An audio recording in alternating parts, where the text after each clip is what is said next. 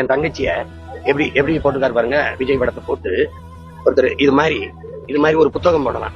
உங்களுக்கு புரியுதுன்னு நினைக்கிறேன். இப்ப நீங்க பொன்ராஜ் என் மேல கமிஷனர் அலுவலகத்துல மனு கொடுக்க போனீங்கல்ல, புகார் அளிக்க போன, அதுக்கு தகுதியும் நேர்மையும் உங்களுக்கு இருந்திருக்கும். நீங்க எங்க குடும்பங்களை பேசும்போது, என் மனைவிய, என் தம்பி சிவகார்த்தியின் குடும்பத்துல அவன் மகளை, ஐயா அன்பு சகோதரர் அஜித் அவர்கள் குடும்பத்தை பிள்ளைகளை, இதையெல்லாம் பேசும்போது நீங்க எங்க இருந்தீங்க? அப்ப உங்க கட்சிக்காரங்க என் கட்சியில் இருக்க பிள்ளைகளை, மற்ற கட்சியில் இருக்க பெண் பிள்ளைகளை அவ்வளவு கேவலமா எழுதுறானே, வாய்க்கு சொல்ல முடியாத வார்த்தைகளை.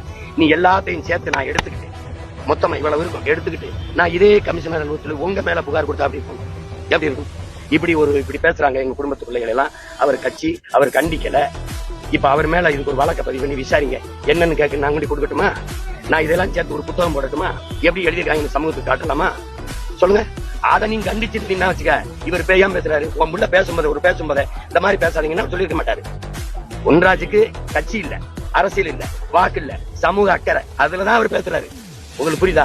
அவருக்கு ஊடகத்துக்குள்ள இருக்கிறனால ஒரு மனிதனா சொல்லிட்டாரு. மத்தவன் மனசுக்குள்ள புள்ளிங்க இருக்க வேதனைப்பட்டு இருப்பான். உங்களுக்கு வழங்குதுன்னு நினைக்கிறேன். அதனால அவர் சொன்னது யாரையும் காயப்படுத்தணும்னு இல்ல.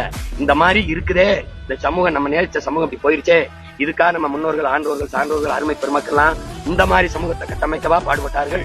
ஐயோ, இதை சரி செய்ய முடியாதாங்கிற ஆதங்கத்துல சொல்றாரு தம்பி, ஆதங்கத்துல சொல்றாரு. அதுவே தவறுன்னு படுதுன்னா, நோக்கத்தோடு நீங்க எழுதுறீங்க, எங்களை அசிங்கப்படுத்தணும், கேவலப்படுத்தணும், எங்க குடும்பங்களை எழுதுறீங்க, எங்க பிள்ளைகளை, குறிப்பா என் கட்சி பிள்ளைகளை ரொம்ப எழுதுறீங்க. அதை நான் என்ன செய்யலாம் சொல்லுங்க? என்ன செய்யலாம்? என்ன செய்யலாம் தம்பி? நீங்க என்ன பண்றீங்க? இந்த பெண்கள்லாம் உங்களை இப்ப இந்த அண்மையில் நடக்கிறதுக்காக கொஞ்சம் வெறுக்கிறாங்கன்னு இந்த பெண்ணுக்காக நான் வருவேன்னு நடிக்கிறீங்க. நீங்க எங்க நடிக்கிறத நிறுத்தினீங்க?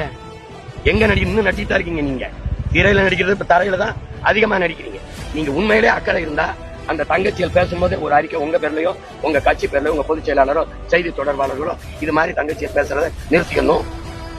அன்பு வேற, இப்படி வெளிக்காட்டுறதுக்கு இந்த வார்த்தைகள் அருவருப்பாருக்கு செய்யக்கூடாது. அப்படி நீங்க அப்படி சொல்லலையே நீங்க.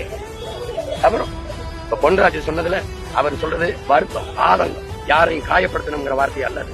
அதை வச்சுக்கணும்.